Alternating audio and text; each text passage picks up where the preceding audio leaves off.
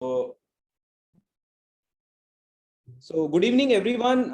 Thank you very much for joining in for a start of a weekend, Friday evening. I know you all genuinely expect some good learnings to come in. That's why you all have joined us.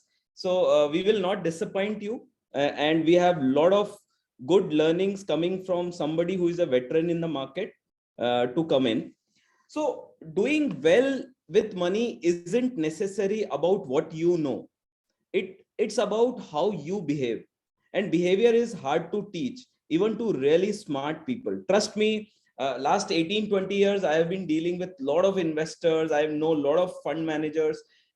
It's very difficult to behave correct, right, with all these market ups and downs, right? So that is where need of a process and need of an investment process which has which takes care of both of these science and art part of the investing. So that is where we thought, let us try to get somebody who is working very hard on this process part, and who has created a process, investment process, which is working well with the test of the times, right? So I'll not take much time, and I will kickstart in this 18th masterclass, which we have been doing month on month. And I let me introduce none other than Mr. Vetri Subramaniam. He is the Chief Investment Officer of UTI Asset Management. Uh, he has been associated with Invesco Asset Management, Kotak Mahindra Asset Management. As we talk, he manages upward of 1.25 lakh crores of assets, equity assets in UTI. Again, he's a BCom graduate, as well as he's an alumni of IM Bangalore, and he has joined UTI in 2017. So, Mr. Vetri, we are very excited to hear and know your take on various things on investing. Before that, I want to start with little bit of warm up for all our audience to know more about you. So maybe I want to understand your take on what are your thoughts on money and financial freedom. Just to kickstart the conversation, what do you feel? What's your thought on money and financial freedom?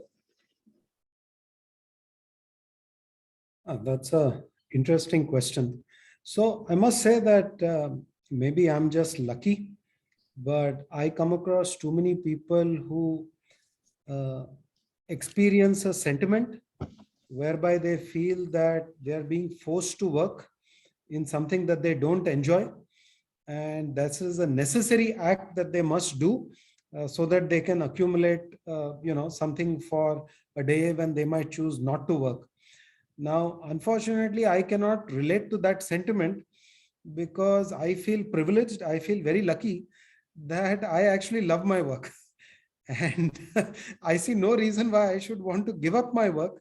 And therefore, to me, the fact that I get to work and I get paid to work itself is something that I consider myself to be, very, very lucky position to do that.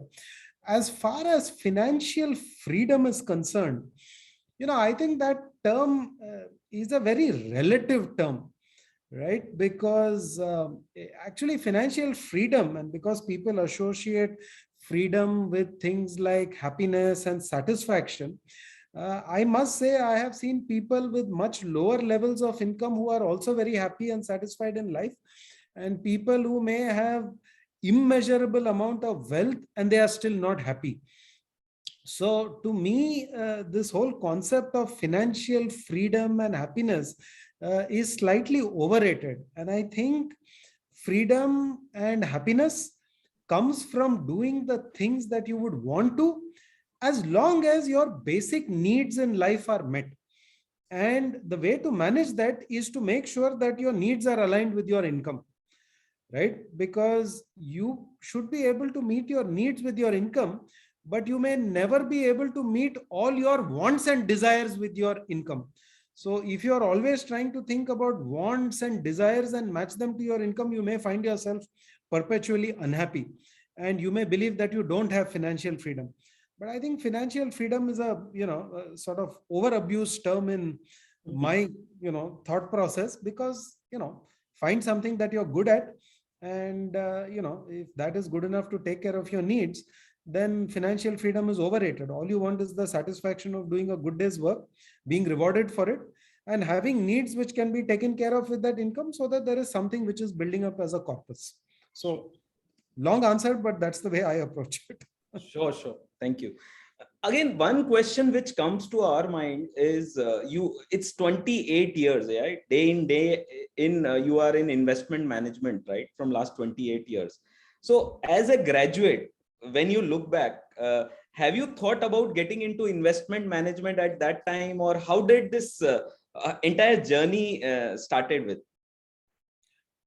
So I think through college, I was increasingly attracted towards the idea of working in finance. I will not for a moment suggest that it was only the area of investing that interested me. But working in the area of finance was something that excited me. Though growing up, my original choice was to join the armed forces, because there's a long tradition of people in the family having been in the armed forces. But thanks to my eyesight, I figured out very early that that was, sort of completely ruled out as a career option. And as I got sort of more familiar with the world of economics and finance, to me, the world of finance became something which was interesting. And, it just so happened that I got a lucky break. And once again, luck plays an unbelievable amount of role in everything that happens to us in our life. And we have to always, express our gratitude for things that have worked out in the way that we wanted. And, in 1993, I got the option to sort of move into something which was investing related. It just so happened that I grabbed the opportunity with both hands, and thankfully it played out well thereafter. But I won't say that at the age of 5 or 10 or 15, I knew that I wanted to be an investor. I had no clue what that was about. I learned a little bit about it in business school, but I stumbled into it in 1993-94. Fantastic. Great. So, sir, what we will do is we will run a quick poll for you to get a little feel about the audience, about what they think about various investing techniques. So we have a quick poll. Can I request Prithvi to run that poll, please? So participants, can you all take this quick poll for us to understand about investing?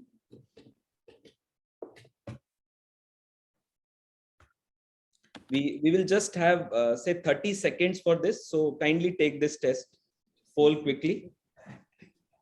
Will be a remote somewhere.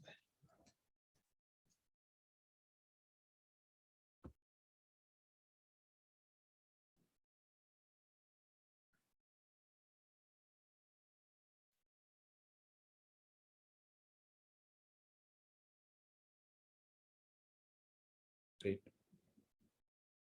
So Prithvi, is the poll done? Yes, sir. I'll just share the poll results. Yes. So Mr. Vetri, here are some results which are coming in. Can you see the results, Mr. Vetri?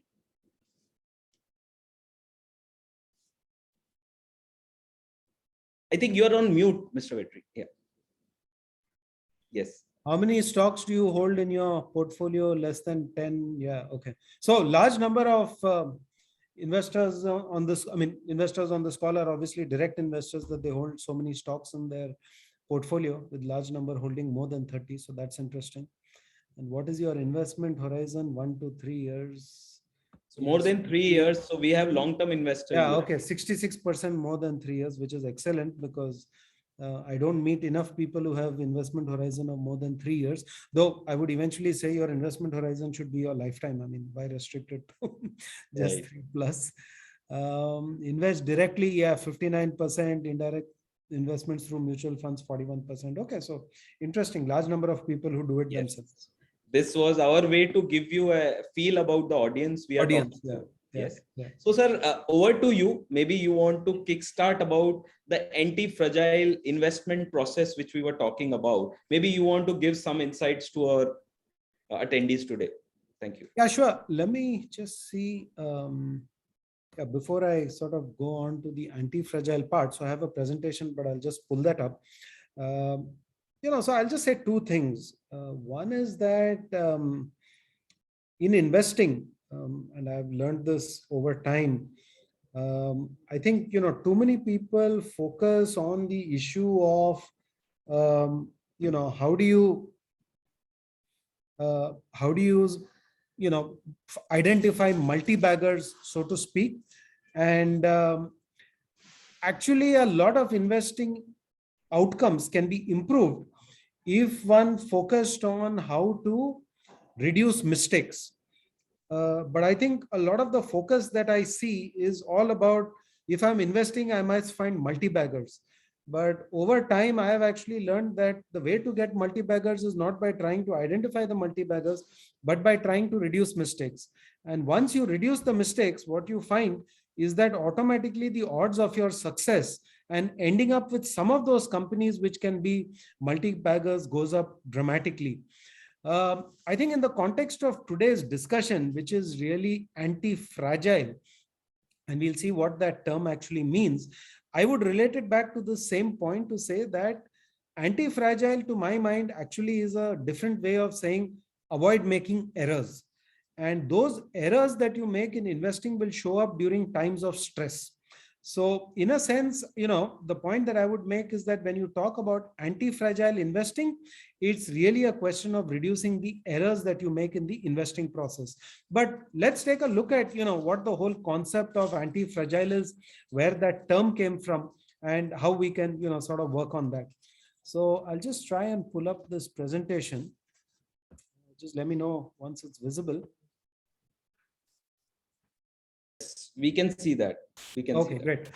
Yeah, so this is what we are going to be talking about today, how to build a anti-fragile investment process. In a way, this is a description of what we do at UTI as an investment process. And it's all about reducing the errors, because the minute you reduce the errors, the probability of good companies remaining in your portfolio, which eventually help your portfolio give better than average returns, and in our case, obviously we are targeting better than benchmark returns, automatically starts to go up. And investing is a process of continuously moving the odds in your favor. So with that out of the way, what exactly is anti-fragile? Yeah, is this visible? Yes, we can see it. Yes. Okay, great. So what is anti-fragile? This is actually, an idea brought up by, just hold on a second. I'm getting some disturbance here.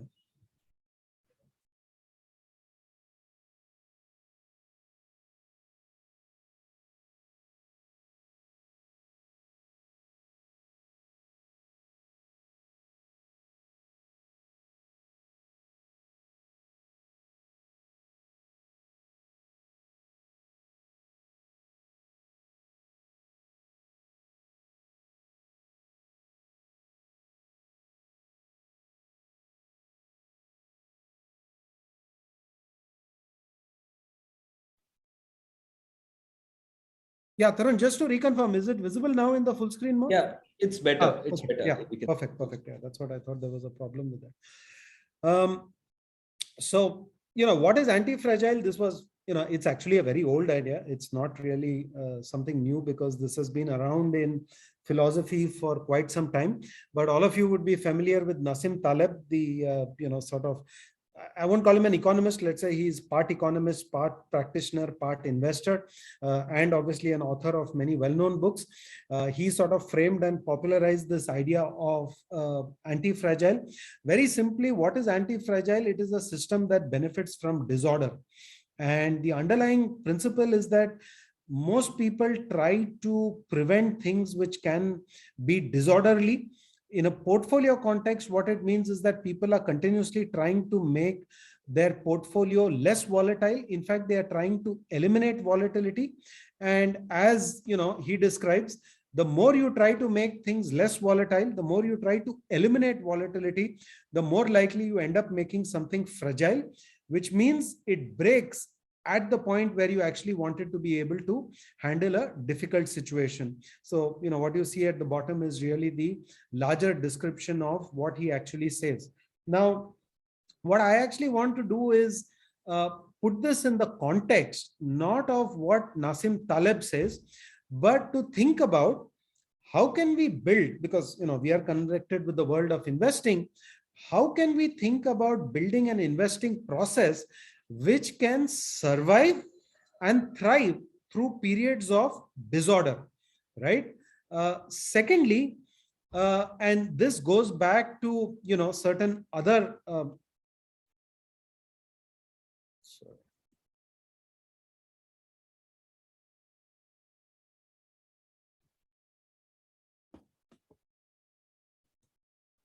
Yeah. So how can we think about being anti-fragile? How can we think about surviving volatility? So a good example of this is actually, Japan, which you see here. And this is actually a photo of Tokyo, the skyscrapers of Tokyo. And as you know, Tokyo actually sits in a earthquake prone zone. In fact, Tokyo almost sits on top of one of the biggest, faults lines, as we call it. So it is prone to having earthquakes. I was there a few months after the Fukushima earthquake of 2011 and experienced some of the aftershocks. But one of the things you may not know about Tokyo is that Tokyo, as well as Japan, are home to some of the most resilient buildings in the world. And this is not because the building is built so strong that it will not bend during an earthquake. Actually, the secret to the fact that the buildings of Tokyo can tolerate an earthquake is that they are designed to bend and to move, literally, as the word in that slide says, dance when an earthquake happens. So the simple point to make here is that you don't want to build the structure so strong, but in fact, what you want to build is a structure which has some degree of flexibility such that it can absorb these structures. And to my mind, that is what is actually very relevant when you think about investing. Let's think about another example, which is actually palm trees. Now, when there is a typhoon or there is a storm, palm trees are actually one of the most resilient trees. Now, the reason for that is very simple. They have a fantastic root structure that grows into the ground, goes deep into the ground. So the roots are really deep and they give the tree that sort of pull into the ground. The leaves are very, very flexible, which means they move with the weather. And the trunk has rings around it. These rings actually make the tree stronger as opposed to having a cylindrical band without the rings, which means that the tree can bend up to 50 degrees. Remember, 90 degrees, 60 degrees, the tree can bend to 50 degrees and it still doesn't snap. So the point I'm making is that flexibility actually enables you to, tolerate disorder, to tolerate extreme events, even more than building the strongest building which will not bend. So something which bends, in a sense, is better suited to handling volatility. The other point to make, which is, I talked about making errors. I talked about, learning from the errors that one makes. This is a very, interesting context because it's a statement by Michael Jordan. And he actually talks about all the shots that he has missed. Now, as you would know, Michael Jordan, one of the most successful basketball players in history. And the way he describes his career is that I've missed 9,000 shots. I've lost 300 games. 26 times they allowed me to take the winning shot, what could have been the game winning shot, and I missed. And I've failed and failed and failed again. But that is why I have been successful in my career. And the reason I put this over here is because I find too many people trying to design an investment process which should have zero errors. No investment process can give you zero errors. If you design a process for zero errors, you have reduced the risk so dramatically that, believe me, your returns will also be equal to zero returns, or let's say it will be equal to the risk-free rate of return. So the simple point I want to make is that don't make your attempt so strong in terms of risk parameters that it doesn't allow you to make any errors. Errors are part and parcel of investing, and what you need to hope for is that what works for you in investing will compensate for the errors that you make in investing. So again, to my mind, this is what makes a portfolio or an investment process anti-fragile. Finally, this is somebody that you know very, very well, which is Kumar Mangalam Birla. And this is a statement he made in 2012. I won't read it out because it's quite self-evident. But this, to my mind, is the crux of what does it mean to be anti-fragile, right? There will always be difficult times. There will be a global financial crisis. There will be a pandemic. There will be a Asian financial crisis. There are so many events which have disrupted the global economy over the last 20, 30, 40 years. What matters is your ability to tolerate those crises. You are able to blow with the wind and you are able to survive. But when the crisis passes, the last man standing is the first man forward. What does that imply? When the crisis is over, the person who's still in business, who's still able to provide a product, a service which is of value to the customers, they are able to gain market share. They are more profitable because the weaker competitors have, exited the business now, and therefore they are able to get superior performance. So the advantage of being the survivor in a difficult time is not that you will not face your own challenges during that difficult time.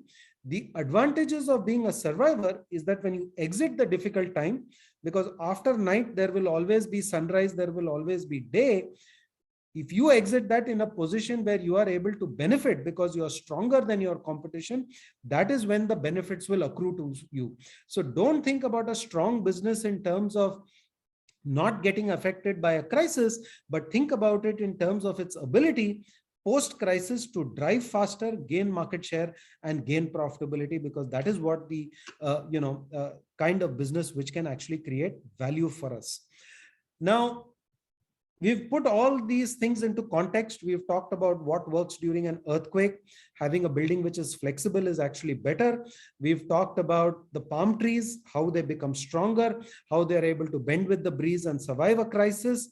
We've talked about how making errors, as Michael Jordan described, are part and parcel of any investment process, but you must learn from those errors. That's an important thing. And finally, we can learn from Kumar Mangalam Birla. There will be crises, but if you can survive them, you will exit the crisis faster, you will gain market share, and you can gain profitability. If that's really what business is all about, then that is what investing needs to be all about.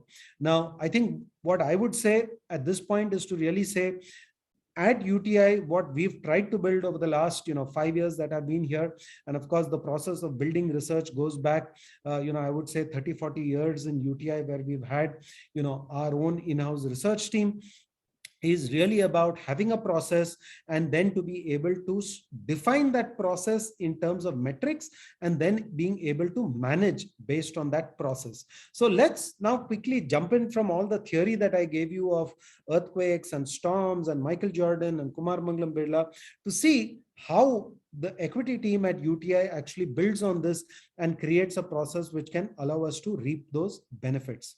So moving on from this is a very high level view of what is the investment process at UTI. We call it score alpha. Alpha being the target that investors want us to deliver for them. And score is essentially a representation of the two pillars that we think are most important in any company, which is its ability to create operating cash flow and its ability to generate returns by deploying capital at a rate of return which is higher than the cost of capital.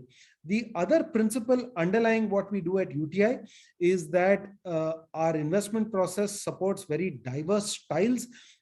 I'm sure you're familiar with UTI schemes. We support everything from a growth and quality approach, which is UTI FlexiCap at one end, to UTI core equity or value opportunities, which are value tilted strategies. And these are actually strategies which have more of a inbuilt margin of safety approach built into them. But all of them are implemented with a significant amount of style discipline. So now let's focus on what is most important in today's discussion, which is really the research methodology, which is how do we identify those companies which can survive a difficult time and exit the difficult time stronger than they entered it, right? So the point that I would immediately make is that the two pillars of our investing process or research process are operating cash flow and return on capital. Now, this is a very good point to pause and say, Vetri, everybody only talks about profit, right? If you put on CNBC, if you read any analyst report, what do they say, right? They will say, company missed my turnover estimates by so much, company missed my profit estimates by so much. It almost seems that all people are discussing in a company is the revenue number, EBITDA number, and profit number. Almost nobody discusses the operating cash flow.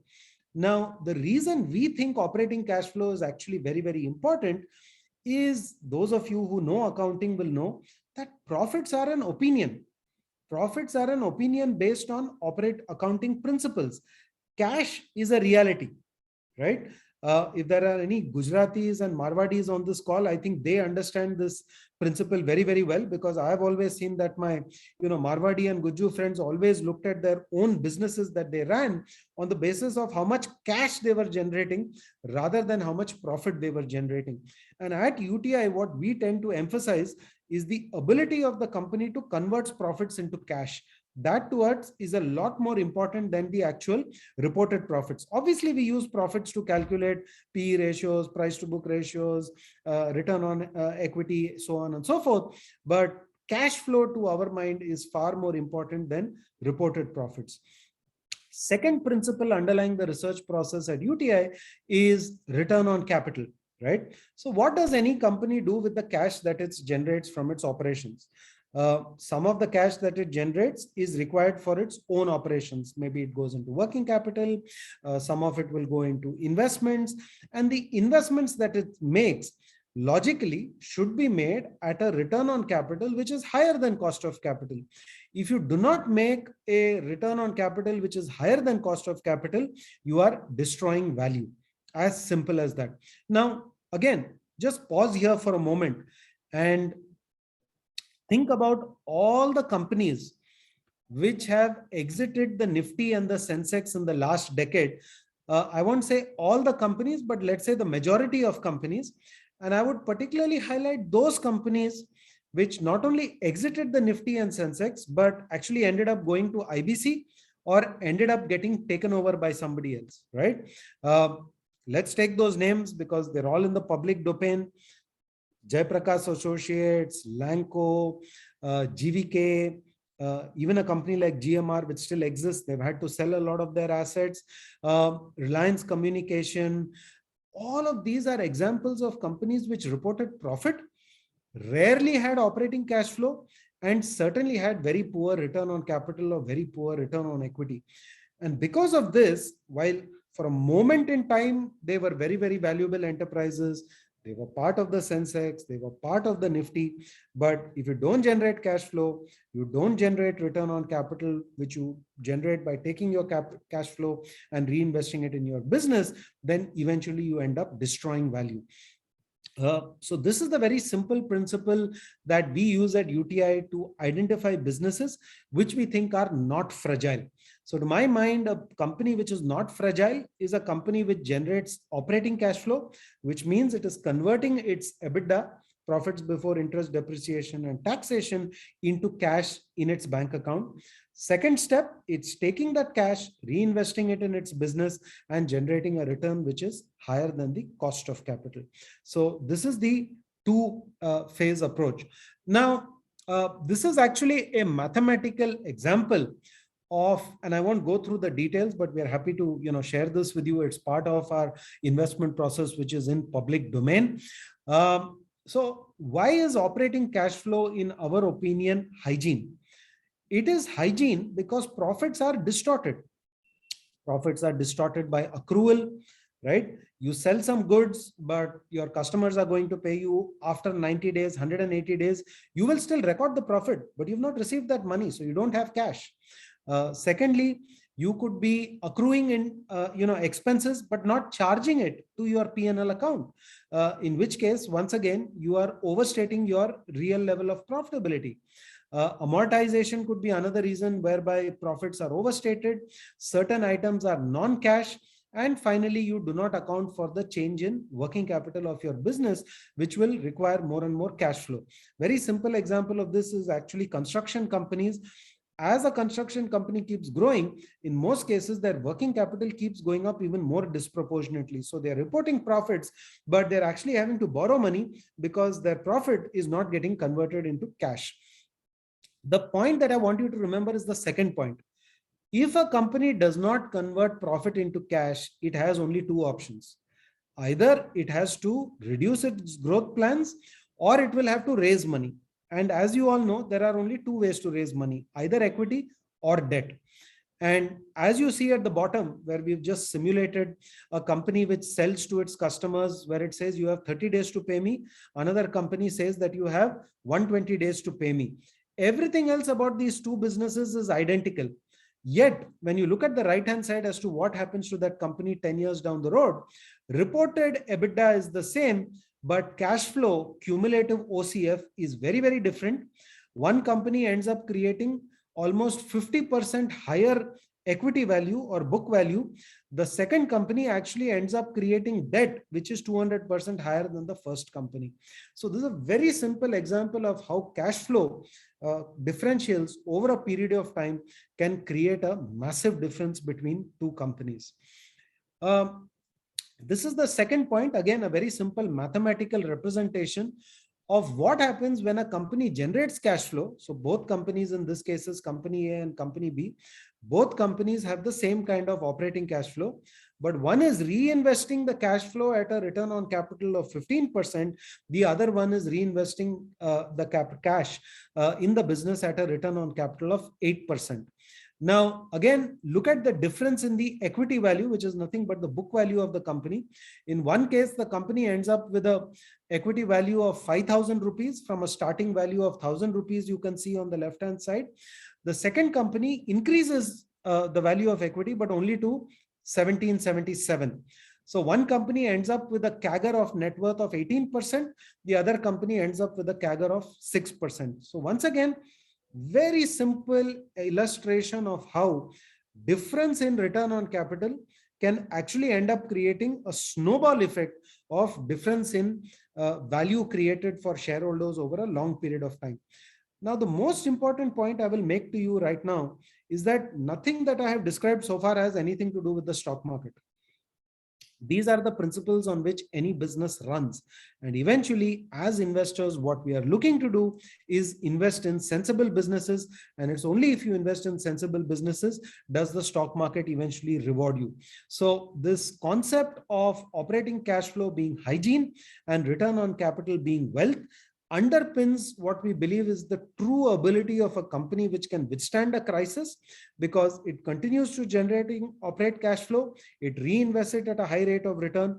Coming out of crisis, it is able to grow faster and it ends up creating wealth for you. And I think we have seen prime examples of that even during the pandemic period. Coming out of the pandemic, we are clearly able to see the set of companies who have been able to accelerate their growth. They have raised market share.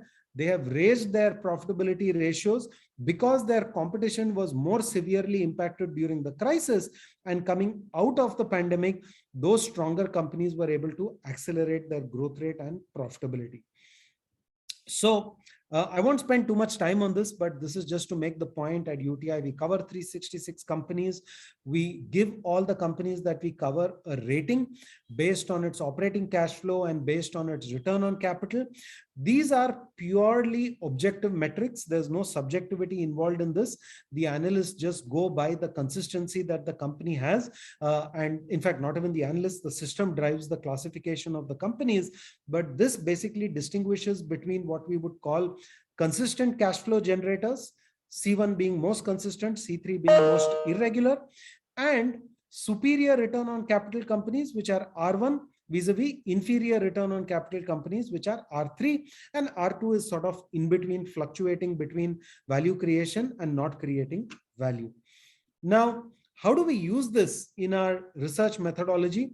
The starting point, I would always say, is that you have to look at history of a company. And ideally, I would say 90 to 95% of the companies in our portfolio would have at least 5-year history or 10-year history. Less than 10% of any of the companies in our portfolio would not have 10-year history or 5-year history. And I think this is very important because that is the only way to check whether the assumptions we are making about the future are in line with what that company has demonstrated in the past. And I'll show you an example of how we test these assumptions going forward. Obviously, what we are also concerned about is management quality. We are concerned about the growth prospects of the business, and we are concerned about valuations. But I won't go into each of these in details, because today I just want to stick, to sort of the way that uh, uh, uh, uh, presentation, or rather the theme has been defined, which is how do we define anti-fragile. So here are some ways to think about anti-fragile, and I call this the owner's way of finding anti-fragile businesses. The owner's way of finding anti-fragile businesses is that you identify businesses with sustainable competitive advantages and which have a growth opportunity. What kind of companies are these? These are companies which have steady and consistent growth. Not that in 1 year they will grow at 40%, next year they grow at 20%, 1 year they have negative growth. They tend to be very, very steady growth companies. There will be some variation, but the variation tends to be lower. Secondly, these are companies which typically have some degree of pricing power. They are able to extract a value for the product that they sell from the consumer.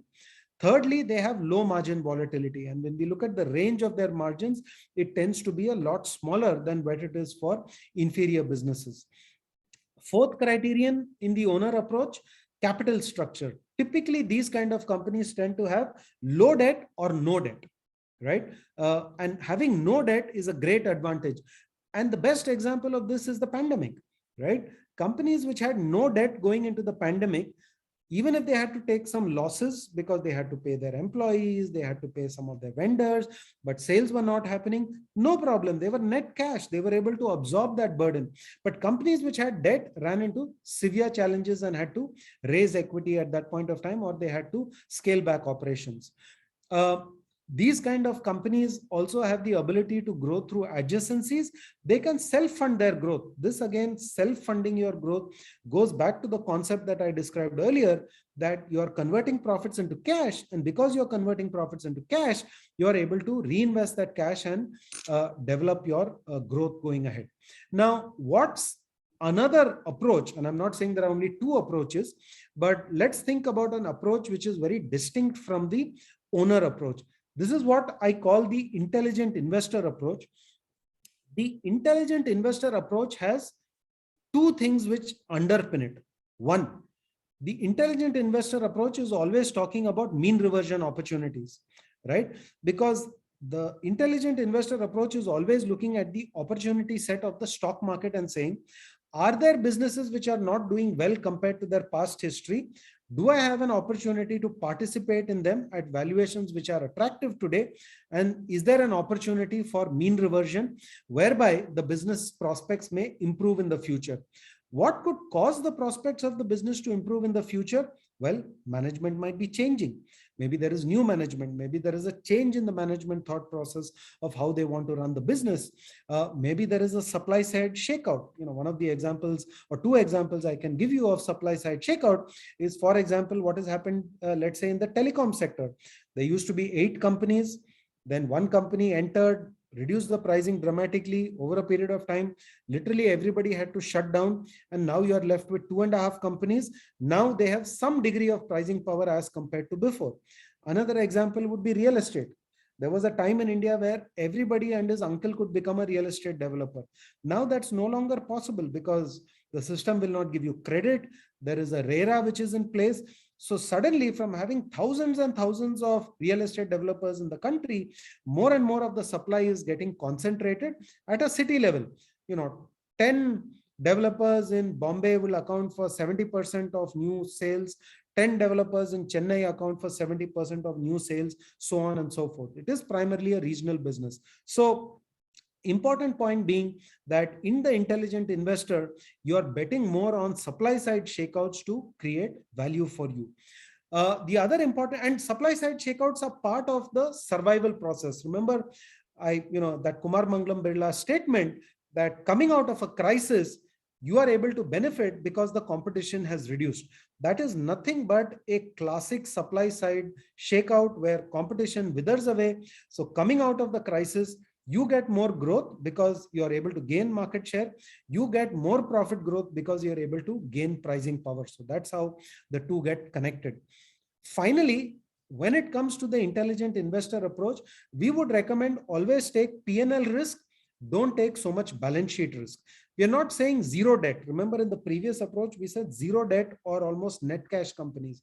Here, all we are saying is take the P&L risk, but limit your balance sheet risk. Don't take too much balance sheet risk. There may be some debt on books, but only take that much which you are able to live with in terms of the risk you are willing to take.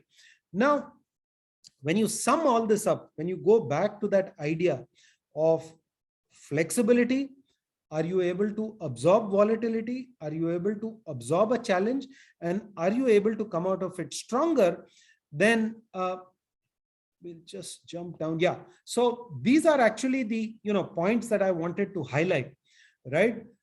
The questions you need to consider as an investor, whether you're building your own portfolio or you're building in, a pure mutual fund portfolio, is can your portfolio handle volatility, right? Now, if the definition of volatility of your portfolio strategy is that I don't want any volatility, I should get all the upside but no downside, then you are forgetting the basic premise which I said earlier, which is that you must be willing to be flexible. When the storm hits, your portfolio will tilt. All you need to make sure is that is the asset allocation in such a way that I am able to absorb the tilt or the drawdown which happens in my portfolio. So to my mind, don't try to create a portfolio which has zero volatility. Instead, try to define the extent of volatility you are willing to tolerate and think about the appropriate level of asset allocation to handle that. Second point, differentiate between mark-to-market loss versus permanent loss of capital. I'll give you a classic example. You go back to that period of 2007, 2008, the whole global financial crisis. Almost every bank stock that I know went down 50, 60, 70%.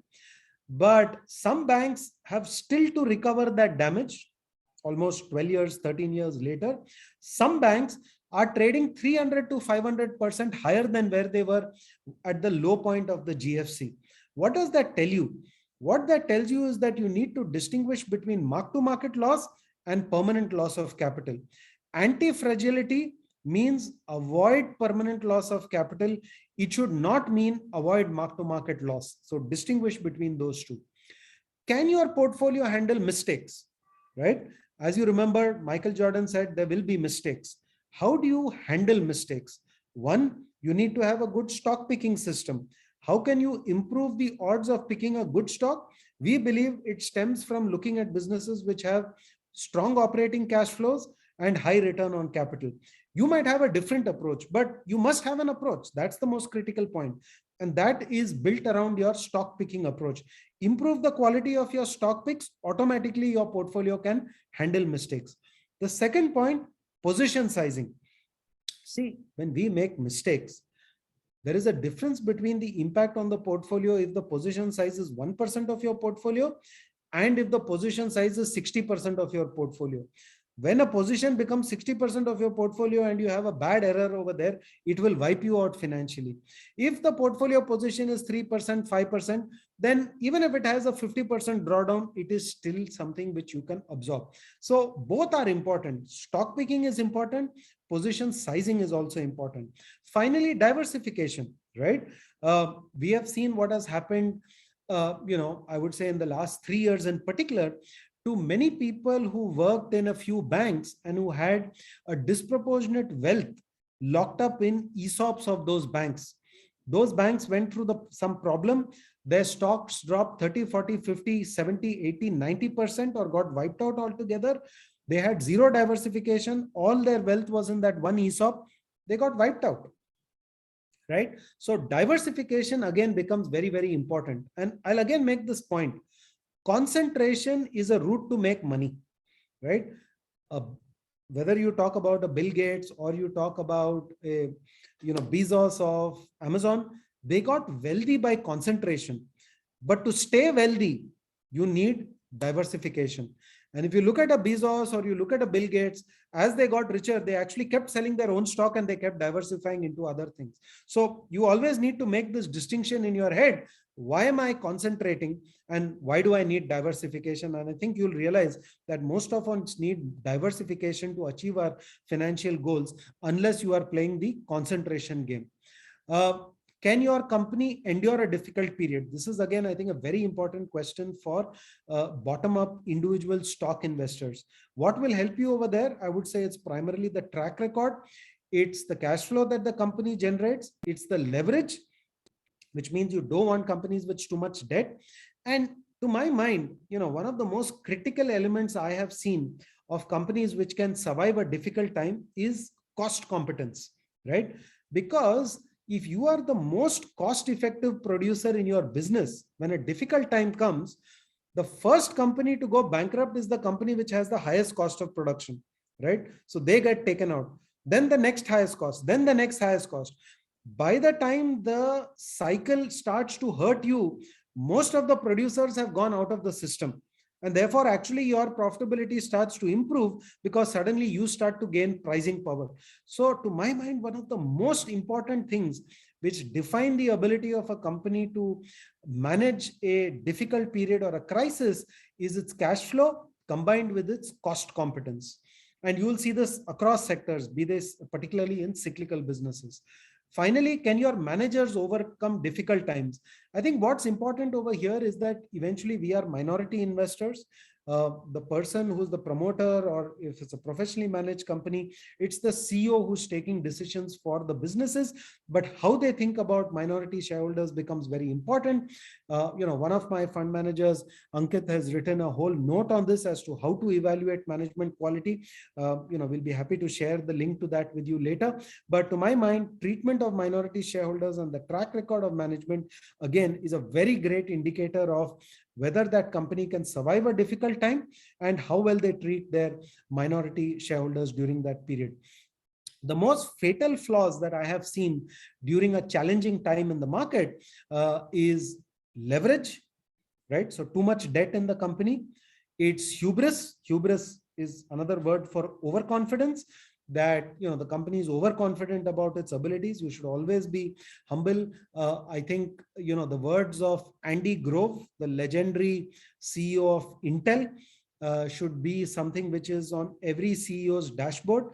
And Andy Grove used to say, only the paranoid survive, right? So it is only those who are always worried about what the future may hold and who are continuously building their plan to deal with it who are able to overcome. Whereas those who are overconfident eventually get hurt by a change. And the final fatal flaw in that sense is change. I would also highlight that change is not something in what a company can do much about, because change happens externally. Customers drive change, governments drive change, society drives change, and very often that can prove to be a fatal flaw. So if you ask me, how do I handle that? I will go back to how can your portfolio handle mistakes. Eventually, the only way to protect yourself against change is intelligent stock picking, limiting the size of the position, and diversifying your portfolio. Because in a diversified portfolio, one company which suffers on account of change will be offset by some company which benefits on account of the change. So that's how diversification can actually help you overcome. So I'll pause at this point, Tarun. I think I've sort of run through a whole gamut of the various things that I thought were relevant in terms of putting across that thought process of what is it that we mean by anti-fragile. But just to sum it up again, I want to go back to those first 4 slides that I highlighted. Anti-fragile does not mean something that won't bend. Anti-fragile does not mean a portfolio that will not lose value during difficult times. All it means is that the portfolio can bend with the weather, and you can achieve that through asset allocation, and that should be your target. Think more about mark-to-market losses. Have a tolerance for mark-to-market loss. Try to avoid permanent loss of capital. Think about how you can strengthen your portfolio like a palm tree. Here are some ways in which you can strengthen it. You can strengthen it through stock picking. You can strengthen it through position sizing, not having too much in a particular stock, and by having your position diversified. You can also protect your portfolio by focusing, once again, cash flow, very low leverage, and businesses which are tremendously, demonstrate cost competitiveness. Very important, once again, track record. I see too many investors getting carried away by a belief of what the future holds. To my mind, the track record of that company in the past, not only in terms of its financials, but in terms of how the management has behaved, actually helps you identify an anti-fragile business, or a business which can survive a difficult period, and exiting the difficult period can hit the accelerator and gain market share. So once again, it's not about avoiding errors. It's about making the errors that you can live with in your investment process. And these are all the tools by which you can limit the damage that errors can do to your portfolio. So I'll just pause at this point and, happy to throw the forum open to any questions. Thank you, Mr. Vetri. I think before I move on to, I'm sure we all have many questions for Vetri. Before that, I'm just putting one link. My colleague Prithvi has just put in one link, and this link is about wealth creation call. And we feel that we all have a lot of doubts regarding wealth creation. And as Mr. Vetri has given us a lot of processes, we want to understand your issues one-on-one. So kindly fill up that form for that, in case if you want to understand more on your wealth creation issues. So now I will start coming to some questions, and my request to everyone to start putting their questions, because we will next 20 minutes we will take some questions to Mr. Vetri. So I will start with the first question, Mr. Vetri, and that is to talk about, you spoke about building strong processes, strong systems, right, and to filter out good companies. But again, there is a camp of value, there is a camp of growth, and I did not see in your entire presentation about, let's say I take a company, and I know it's a very, very large paint company in India, which trades at a very high P. And this company, though features in all your parameter, will you pick up at any cost? My question is, how would you decide at what price you are going to buy? So valuation, to my mind, that is also extremely important. So how do you take care of that? So that's a very thoughtful question, Tarun. The way I would describe this, once again, if you think about those two approaches that I described, the owner approach and the intelligent investor approach, right? In a way, this actually represents two very distinct thought processes of investing, right? The growth style of investing, as the owner approach is, I would sort of define it as, is something which those who have read the books of Phil Fisher will be very, aware of. He's written a book called Common Stocks, Uncommon Profits. And I would say he is actually the father of growth investing. And thinking about businesses as being an owner of the business, right? And in a way, that is the school of thought from actually, many people would argue that Warren Buffett's career shows more and more impact of the Phil Fisher approach and the approach that Munger has had on him, rather than the intelligent investor approach, which, as the name suggests, is actually Benjamin Graham's, approach of traditional value investing. I have spent 30 years in the market, Tarun, and I think actually this is a completely useless debate.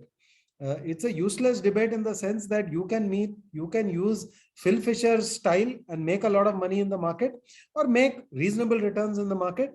You can use Benjamin Graham's approach and also make reasonable returns in the market. That is not the problem. The problem is people keep jumping from one camp to the other. Acha, ye abhi chal raha hai, so let me jump into this side. Acha, that is looking better, so let me jump into the other side. So I would only recommend, what the Bible says: don't covet your neighbor's wife, right? So don't look at what somebody else is doing and say, oh, that's working great for him, let me jump into that camp. Stick to what you are doing. Every style will go through its difficult periods, doesn't matter. At the end of the day, I think quality growth can also create good returns for investors. Similarly, a more traditional value style, intrinsic value approach can also create value for investors. Now, the second part of your question was, how do you take a business and identify, is this really at a valuation which appears to make sense? Now, I think the problem over here is, once again, we tend to think of valuation in a very simplistic approach, because those are the metrics which are more easily available to us, which is in terms of PE and price to book, right? But as I told you, There is a problem with PE. It is only referring to earnings. It is not referring to the cash flow that the company generates, right? So I would say when you are bringing the owner approach to investing, the metrics which matter more to you are the return on equity that the company is able to generate, because many of these companies will have return on invested capital which are 60, 70, 80, 100%. Actually, if you take most of the consumer oriented high quality businesses in India, their return on invested capital is 70 to 100%, and they generate free cash flows of anywhere between 1.5 to 2%. Now, there could be companies which trade at a fraction of the multiples at which they trade, but they don't generate the same level of cash. So the simple point is, I think valuations matter, but there is a different set of metrics that we would look at in a growth quality approach, which are typically cash flow and ROE related. And there is a different set of metrics that we would look in a classic value approach. The other big difference that I would talk about between growth and quality is the approach towards selling. See, the owner approach or the Phil Fisher style of management is really that once you have a good business, just stay invested. Don't sell it to buy something which looks cheap, because the minute you do that, you are going into a lower quality business. But I think in a mutual fund context, that has to be practiced with a certain discipline. And if you look at the way we tend to run some of our growth quality strategies, you will find that the portfolio positions are very flat, right? There are very few companies with above 5% exposure. There'll be few companies which are between 3 and 4, few companies which are between 1 and 2, few companies between 2 and 3, and they tend to be in these flat buckets.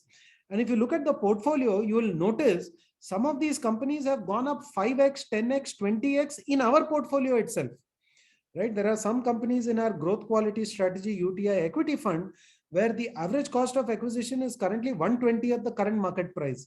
Now, the question you should ask yourself is that if the stock went up 20x, how come that position is not 10% of my portfolio? It has not become that because in the owner approach, we continuously keep top slicing the position to manage our risk. In a very classic value approach, which we also practice in some of our other strategies, if something becomes more expensive on the metrics that we track for that strategy, which could be price to book, it could be earnings yield, it could be the implied growth in the future compared to the previous growth, we would tend to exit that stock and look for something cheaper. So to cut a long story short, doesn't matter what the company is, valuations need to make sense. What is the valuation methodology to use? I would argue can be very different. In some styles, you would tend to emphasize cash flow based valuation, ROE based valuation. In a more classical value style, you will tend to emphasize things like implied growth, P ratios, price to book ratios. So there is a different set of metrics. But I don't think there is any school which can say we are valuation indifferent. Which valuation tools you use may be different. Sure. Great. Request everyone to please keep asking questions. I have another question, Vetri. While we spoke about building an anti-fragile equity investment process, my personal view is that we need a very strong, equally strong anti-fragile mindset to navigate the volatilities and uncertainties. And you touched a lot of points on that also. What's your view on behavioral biases one encounters on their investment journey and your strategy to mitigate them? Because I think investing success is all about behavior, right? And I have seen best of the investor created wealth because they behaved correctly. So any You're 100% right over there, Tarun. In fact, I think Warren Buffett's statement sums it up very well, which is that investing success is related to EQ, which is emotional quotient, and not to IQ. IQ being intelligence quotient, which is more a measure of your intellectual capabilities. So I think that is very, very true. I must admit that, look, at the end of the day, we are a fund house. We try to manage the behavioral instincts of our fund managers, because even fund managers have instincts, even fund managers have emotions. So we tend to focus, and certainly I tend to focus as CIO a lot more on managing that. And that happens by having the right set of incentives.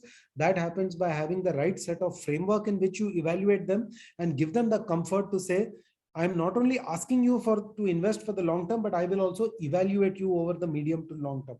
I'm not looking at your daily performance and monthly performance to evaluate you. Just to make a very long story short, I think the more valuable role when it comes to the investor outcomes is actually played by the advisor, right? Because it's actually the advisor who handholds that investor through those difficult times. And I think the normal sort of behavioral challenges or the behavioral finance pitfalls are all reasonably well known, I think, even now to the advisors.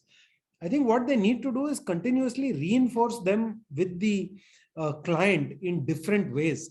And if you are able to build those analogies where you are able to connect something in investing to connecting it back to real life, I think over time investors will hopefully start to, appreciate the differences and come to understand these behavioral challenge finances. But I also want to be, I'm very practical about this in some senses, Tarun. I find that people who go to a gym, to give you a context, and work out, yeah, many of them will experience some benefit in the way they're, they're able to shape up their physique, they're able to lose weight or whatever their personal, targets might be when it comes to weight and body shape and all those other things. But those who work with a trainer, in my opinion, very often have a much superior outcome because there is somebody handholding them. There is somebody pushing them saying, "Arey sir, today try 3 more push-ups na. कल आपने 10 किया, आज 15 try करो. अरे आज 20 try करो." That makes a very big difference. And therefore, the most critical role of the advisor, and advisors need to realize that, is not to pick the best fund. It is not to pick the best portfolio strategy. The most value you will bring to the role is managing the investor's psychology. I think the minute you bring that approach, the whole ball game changes. So we have some questions coming in. One from Mr. Stephen. Can you correlate company stock performance during the industrial age versus the present tech disruption stage? Will we see similars or will completely new rules come into play? So interesting question. I think change is a fact of life, right? But I was just seeing a very interesting statistic the other day that, of course, the Sensex has changed, the Nifty has changed, right? The number of companies that keep going out, the number of companies that keep coming in. But the statistic says that as of March 22, 84% of the profits of the Nifty are still coming from 33 companies which were part of the Nifty 10 years ago, right? So there is no doubt that there is a continuous churn happening in the economy. But I think sometimes we overestimate the amount of change or overestimate how much it is disrupting good businesses. We overestimate how good managements are able to be part of that change and benefit from that change as it happens. So I certainly think the cycles of change are much faster than what they used to be in the past. What used to be moats now get eaten away much more faster. But I'm not sure the cycle of change over the next 15 years is going to be significantly different from the cycle of change over the last 15 years. What happened during the industrial age 100 years ago, I'm not sure it has relevance anymore. But I think the last 20 to 25 years of data tells us that the cycle of change is getting faster, but not in a noticeable way that it is disrupting the past data sets. Sure. There is a question from Parshva that you spoke about diversification earlier. According to you, which different sectors should investor look at the future? Again, it's more of an outlook or your favored sectors which you feel in next 3 years, 5 years going to perform well. So I'll let anybody just Google that. I've answered enough interviews in the press, on my website, or even on TV, which will tell you what I've liked, and I've liked the same 3 sectors for the last 1 year. So let's ignore that. I'll go back to that point about diversification. See, when you actually think about the next 3 years, 5 years, 10 years, it is very difficult for anybody to figure out how cycles play out and how the fortunes of a sector actually keep changing. Who knew going back to early 2018 that over the next 4 years, IT would end up becoming one of the best performing sectors. I remember in early 2018, you could have bought large cap IT services companies in India at a free cash flow of 5% to 6%. You were actually buying them at the same valuation as a bond, right? So, Tarun, when you talked about businesses which appear to be very, very expensive, I will submit to you that even in those businesses, there is actually an opportunity sometimes to buy them very, very cheap. You just have to look harder. You just have to be a lot more patient for those opportunities to show. But again, just to go back to the point, who knew 4 years ago that this would end up being one of the best performing sectors of the next 4 years?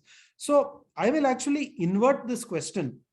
I will invert this question to say that survival, the benefit of survival is continuously underestimated in the investing process. The reason to stay diversified is that your success may come from wholly unexpected places. So don't rely on anybody's view of the future, whether it is my view or whether it is any other expert you think who has a crystal ball. None of us have a crystal ball. None of us know what the future holds. So don't invest based on what you believe is the future. Invest based on knowing that I don't know where the unexpected surprises will come from. And that is why diversification is the key, because survival is the key. There's another question coming in from Arjun, and I think from a investor point of view, it's people keep asking me this question. With little knowledge of analyzing a company profile and understanding of business terms, do you know of any platform website which would be the right place to start? And again, I want to add something on that. Or is an effort you to put exploring and understanding the hard way? So people keep asking, there are 3 ways to invest into equity. You can invest through direct equity. You have a public transport like a mutual fund where a lakhs of investor entering, or you have a chauffeur driven car like a PMS, right? My general observation is when the markets are very buoyant, investor find equity as one of the best way to invest. But normally the CAGR which long-term index or long-term good active funds have given, they are not able to match it. So what are your pointers on that? How does investor manage? They keep asking that how much equity we should take, how much mutual fund we should take, how much PMS we should take. Which mode you would recommend? So first of all, I'm not the best person to suggest which is the best portal or website to go to get information on investing. So I won't answer that. I rely on my team. I don't use any website, and unfortunately, you don't have access to the capabilities and intelligence of my team, so I can't make that offer.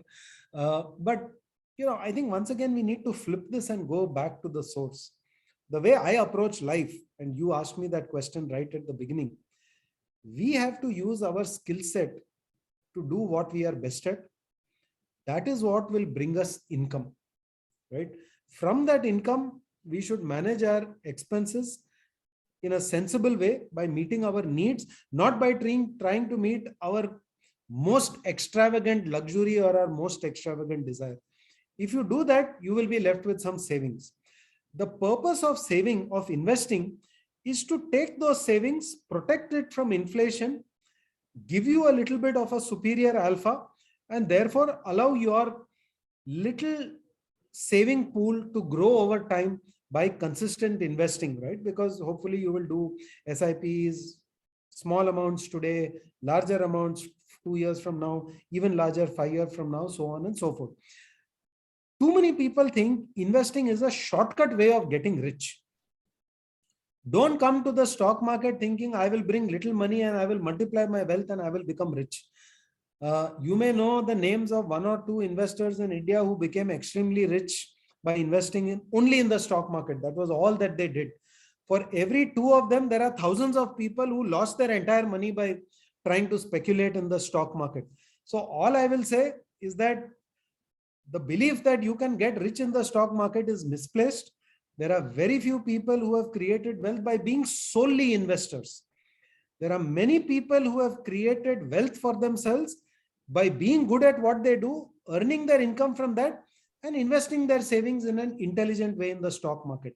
I think for 99.9% of the people, that should be the strategy, right? Sure.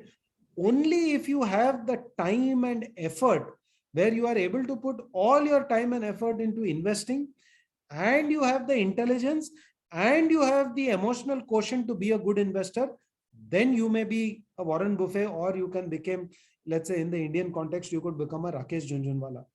The challenge in all these arguments is that once you have named these two people, if I ask you who's the second such person, most will maybe not remember or not have a name. If I say, tell me person number 3, 95% don't know who's that person number 3 who became so rich. If I tell me person number 10, I guarantee you nobody can even tell you 10 such names. So please don't look at Shah Rukh Khan. Shah Rukh Khan was the last fellow who caught a train and came to Bombay, got out at BT station and became a superstar.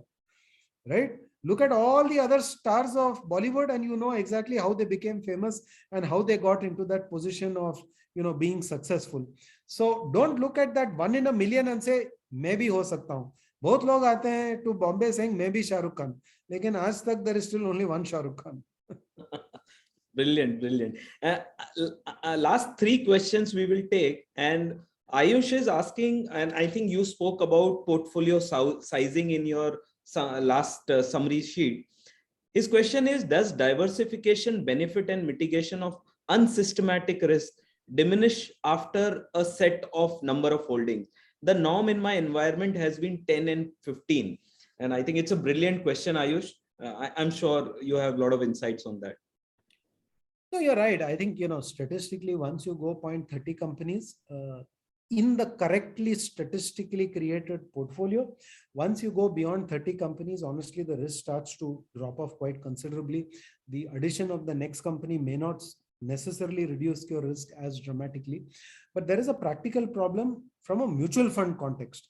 Right. For us, given the kind of size that we are running with, given the fact that we are running portfolios where money can come in daily and go out daily, right? We have to run larger portfolios. It is a prerequisite to be able to manage a open-ended fund. If you are managing your personal wealth and you are not worried about having to put in a NAV redemption today or taking in a new inflow tomorrow, then certainly I think a 25-30 stock portfolio statistically can help you manage your risk. But I want to make one final point. You can find Rakesh Jhunjhunwala's portfolio anyway on the internet, right? Rakesh or Rare Enterprises. I know there are many websites which provide that. Go take a look at his portfolio. You will find that 70% of his wealth is now sitting in 4 companies, right? So it's very easy to say, I will only have a 25 stock portfolio. The minute you start with a concentrated portfolio, the question to ask yourself is, am I willing to tolerate concentration as an outcome? Rakesh Jhunjhunwala, and I'm again just using him as an example, he's one of our best investors in India. He did not start by saying, I'll put 50% of my net worth into Titan. He did not put 50% of his net worth into Titan. He put a very small amount of his net worth into Titan. The stock went up 1,000 and 1,000%. He refused to sell. He behaved like an owner. And today what he enjoys is the fruits of being an owner. And he did that with multiple businesses, which is why 4 companies are 70% of his net worth.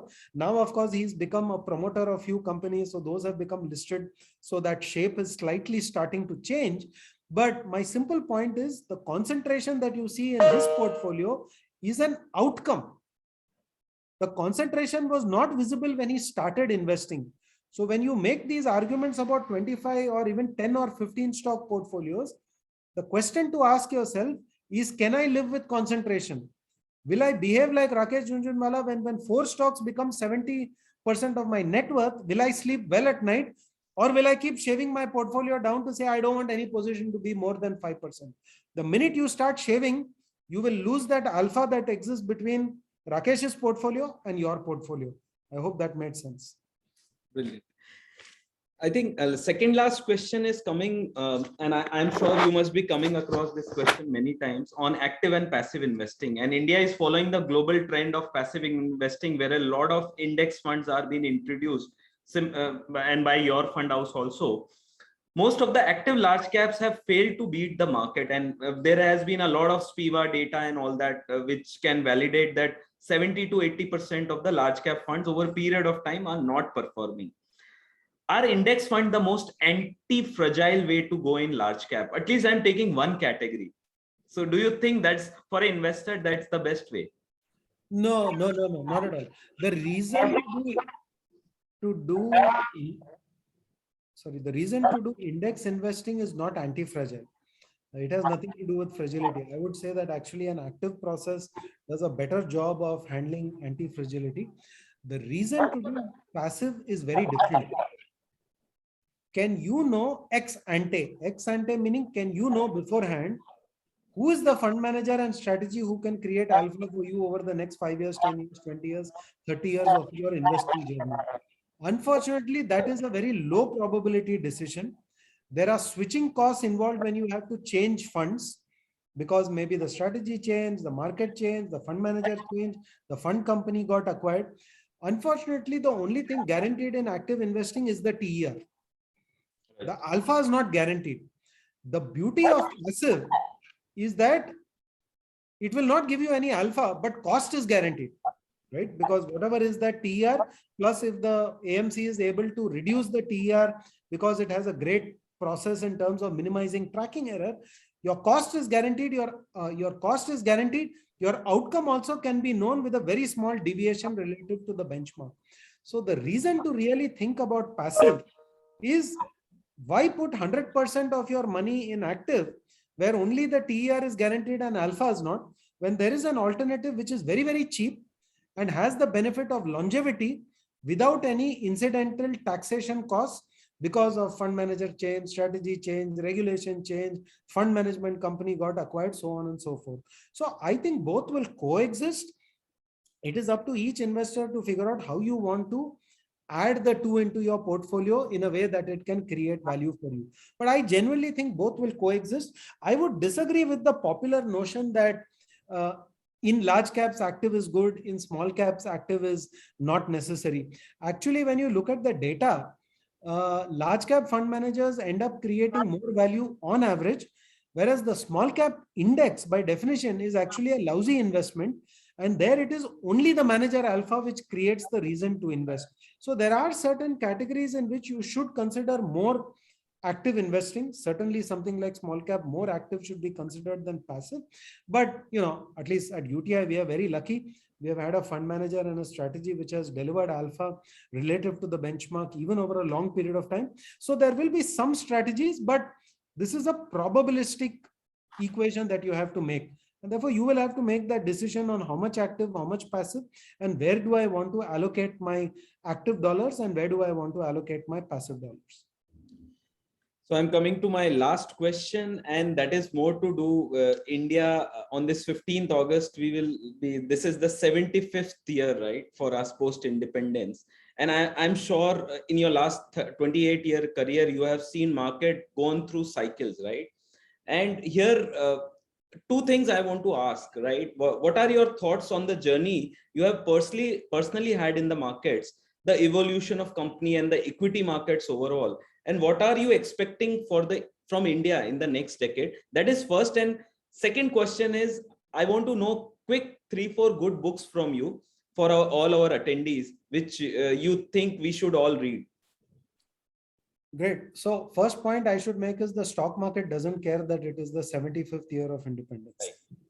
You should care. I should care. We should feel proud of it. We should feel proud of the progress the country has made. We should be proud of the fact that today, I genuinely believe having an Indian passport is a sign of the opportunities that are available to you in this economy. I don't know whether the economy will grow at 8% or 9% for the next 10 years, but I certainly know that even if we grow at 6% or 7%, we will still do far better than many other countries around the world. So the reason I feel proud is the distance that we have covered over 75 years and the fact that we are at a stage where it's a country which is full of promise. It's a country full of opportunities. But I'm sorry to tell you, the stock market doesn't care that it is 75 years. As a stock market professional, and to me, what has really changed over the last 25 years is the extent to which regulations have made the market a safer place. Whether it is the trading system, going from having floor-based trading, paper-based shareholding, where we used to get share certificates. Many of the people on this call may not be aware of share certificates.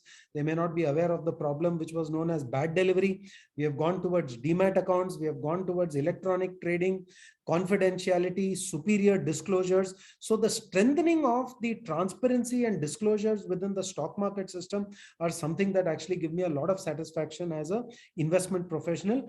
Again, the number of safeguards and the quality of disclosure standards, listing regulations, SEBI regulations relating to companies, how they get listed, the way they interact with shareholders, mutual funds, the way we run our businesses, the way we manage investor money, the way we make disclosures. I would say in many of these, we are best in class. We are actually setting global standards. The rest of the world is actually sort of looking to India and saying, okay, these guys are doing this, why shouldn't we also do that? So that is something as a professional, I take a lot of pride in that. I think our market systems are next to none in terms of the level of transparency, disclosure, and regulations that we actually have. I also want to make one point. It may be India's 75th year of independence, but my experience over the last 30 years, every 12 to 18 months, expect that the stock market will fall 10 to 15%.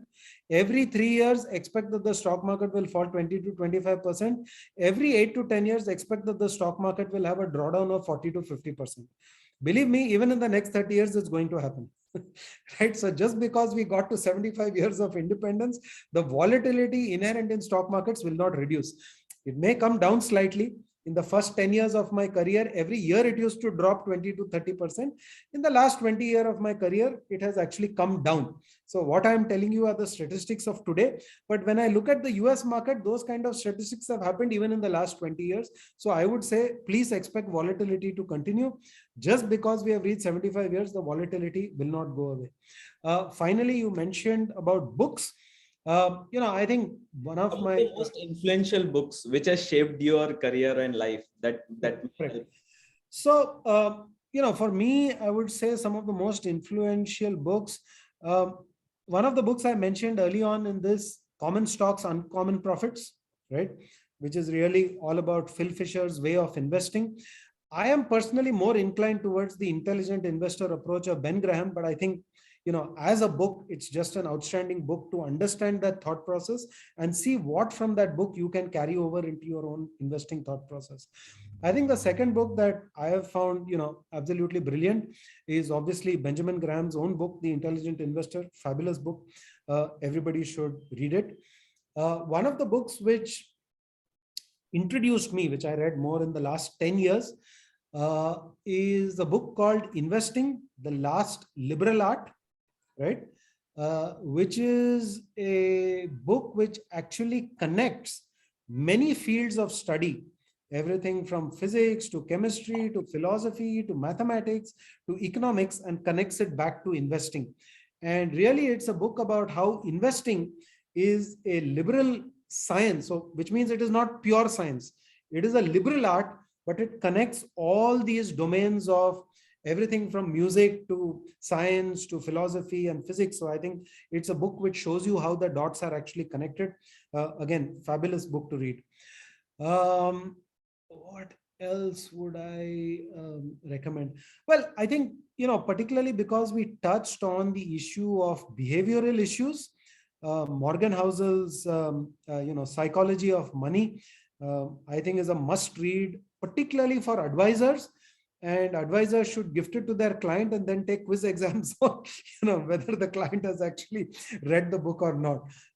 But I think, yes, all MFDs should read that book, and IFAs, MFDs, RIA, whatever you are, you should read that book and you should give it to your clients and try to use it in your business approach. So I would say, these are, 4 of my favorite books. One other book, or rather 2 other books that I will mention. One is a book called Against the Gods. Against the Gods is a book written by a guy called Peter Bernstein. He is actually more academician, thinker, and author than he is an investor.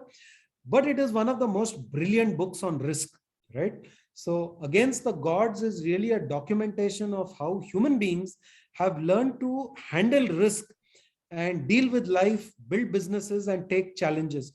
So Against the Gods is really a context of how humans have progressed in the face of risk and how we have differentiated ourselves from every other species on this planet in a sense by having this concept of risk-taking ability. So I think that's a fabulous book that you must read. It's more academic, but I think it will really shape your thought process about risk-taking.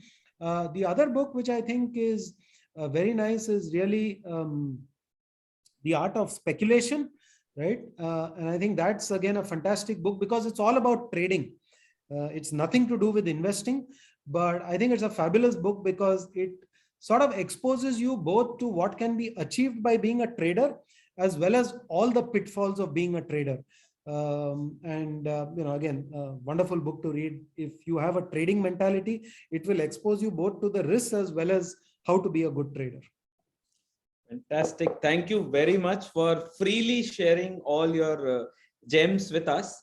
I would just like to quickly summarize what I made some notes from Vetri's presentation as well as insights. So first, I loved the way he mentioned that flexibility helps in managing volatility. He gave example of Michael Jordan, Kumar Mangalam Birla, and I'm sure the last man standing example.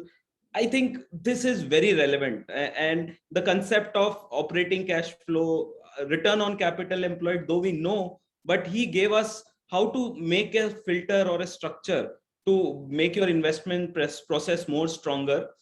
Again, the owner mindset as well as the intelligent investor mindset. I think that was also a great learning for me. So I'm sure I am going rich with a lot of learnings. Thank you very much, Mr. Vetri, for being there. I would like to thank my team at TBNG, particularly Nishant, Prithvi. I am just the face here, but a lot of background work has happened from my team. Prithvi, Nishant, Saf, all have put in a lot of man hours to make sure this event goes successful. Thank you very much. Thank you, Tarun. Thanks for the opportunity. And I saw some people asking some links to a few articles, and I'll get the team to share that with you, and you can move it forward. We will send a post mail to everyone. So all these books Mr. Vetri has mentioned, plus these links, we will share in that. Kindly take the post session poll, please. So to get a feedback on the session. Thank you very much, Mr. Vetri. Thank you. Thank you, Tarun. Thank you very much. So request all of you, I hope you had a great session. Please take this post session poll because this will help us to make our next sessions more powerful. And you all have a great weekend and happy Independence Day to all of you. Thank you very much.